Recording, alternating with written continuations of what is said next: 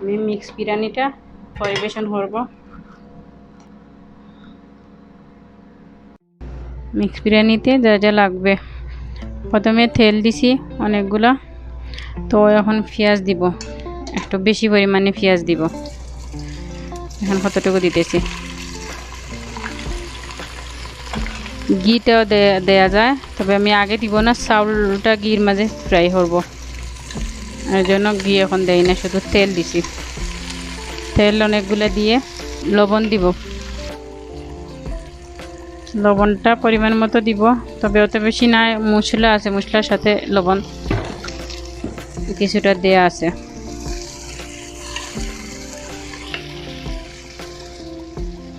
এই যে মিক্স বিরিয়ানির মশলা, ওইটা দিয়ে আজকের বিরিয়ানিটা হবে।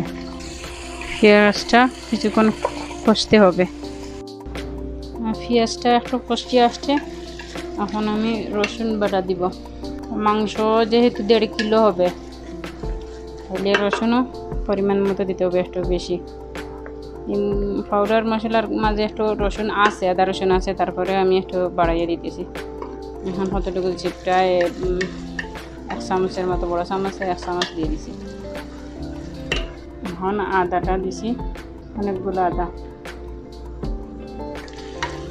এখন ওইটা ভালোভাবে কষিয়ে নিব, তারপরে টমেটো আর পোস্ত দিয়ে দিব।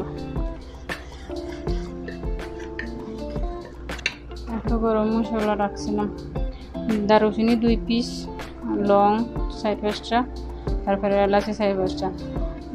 প্যাকেটের মাঝে সব আছে গরম মশলা, তারপরে আমি অল্প অল্প দিতেছি। পেঁয়াজ আদা রসুন কষিয়ে নিচ্ছি, এখন টমেটো দিয়ে দিব, অনেকগুলো টমেটো দিছি। আমার একটা ভিডিওর সময় শর্ট দেখাইতে কষ্ট হয়ে গেছে। এই দেখেন, পেঁয়াজ আদা রসুন কষিয়ে নেওয়ার পরে টমেটোগুলো দিছি।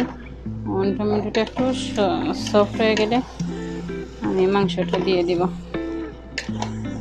পেঁয়াজ আদা রসুন কষিয়ে নেওয়ার পরে আমি টমেটোটা দিয়েছি। এখন দেখছেন সুন্দর একটা কালার হয়েছে, টমেটোটা একটু সফট হয়ে আসছে। তারপরে এখন দেব মাংস, মশলাটা দিয়ে দিই, পরে মাংস দিলে ভালো হয়। এই যে দেখুন 1 প্যাকেট মশলা পুরোটা আর দিয়ে দিতেছি।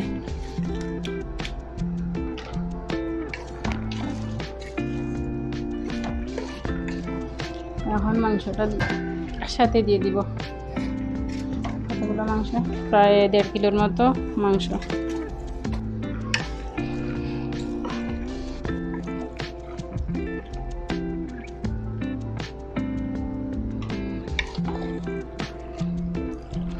এখন একটু আমার ঘরেরটা ওগুলা অল্প অল্প দিব, সব মশলা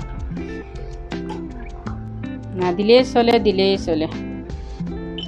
1.5 চামচ ধনিয়া দিলে কি স্বাদটা আরও একটু বাড়ে।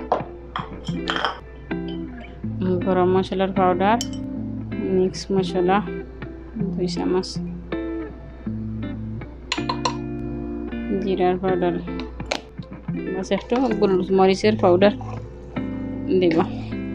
এখন মাংসটা সিদ্ধ হোক। মিক্স বিরিয়ানি রান্নার চাউলটা বসিয়ে দিতেছি। দেখেন তো, এখন আমি প্রথমে একটু তেল দেবো, যেহেতু মাংসতে তেল দিছি একটু বেশি পরিমাণে।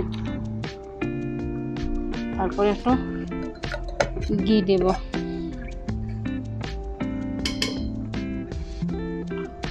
মাংসতে আগে ঘি দিয়ে দে। তো আমি চাউলটা বাগার দেয় না, আনা বাগারে রান্না করে, তো আমি চাউলটা বাগার দিতেছি, এর জন্য ওইটা ওখানে ঘি দিতেছি। পরে আবার চাউলের উপরে আবার ঘি দেব।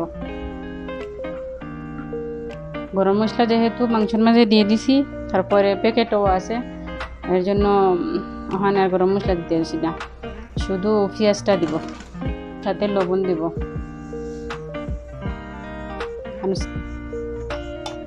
আর ঘিটা ওখানে একটু বসিয়ে দিই, একটু পেঁয়াজটা লাল হোক, তারপরে চাউল দিয়ে দেব।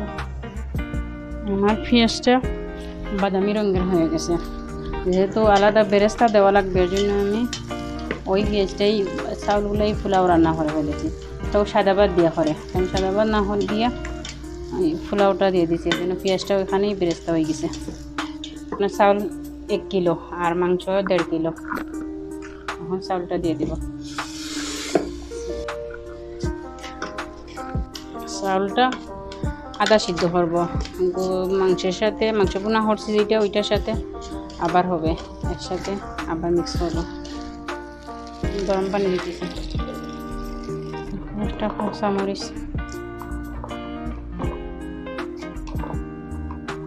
লবণটা চেক করে নিতে হবে, লবণ কম আছে। 10 মিনিট ভাতটা সিদ্ধ হোক।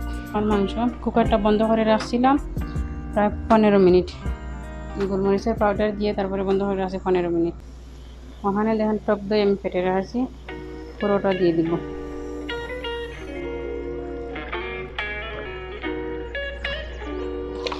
এখন আর ঢাকনা দিয়ে ডাকবো না, ওইটা এখন খোলা রান্না করবো যাতে পানিটা শুকিয়ে যায়। পরে চাউলে আর গোস্ত মিক্স করবো। এখন আগুন বেশি দিয়ে ওইটা পানি শুকাতে হবে। মাংসটা হয়ে গেছে, পানিও টানে গেছে, দেখুন খুব সুন্দর হয়েছে। টমেটোগুলো একদম গলে গেছে। এটা দিয়ে একটু মশলাগুলো একটু বেশি দিতে হবে, পেঁয়াজ টমেটোগুলো একটু বেশি দিতে হবে। তো হয়ে গেছে, এখন আমি অন্য পাতিলে ওগুলো মিক্স করবো, ওইটার মাঝে মিক্স করবো। চাউলে আর মাংস একসাথে মিক্স করবো। প্রথমে একটা বড় পাতিল বসাইছি, ওখানে একটু ঘি দিছি, তো ঘিটে গলে আসছে। এখন প্রথমে আদা সিদ্ধ বাটটা দিব,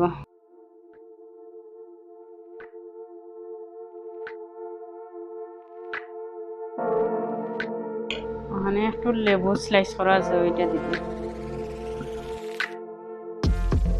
এইভাবে সাজিয়ে দিলে সুন্দর হয়। এখন গোস্ত দিব,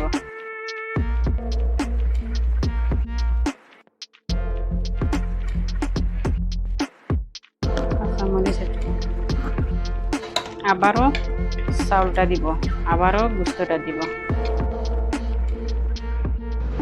খুব সুন্দরভাবে সাজিয়ে দিছি। এইভাবে এখন একটু কালার দেব।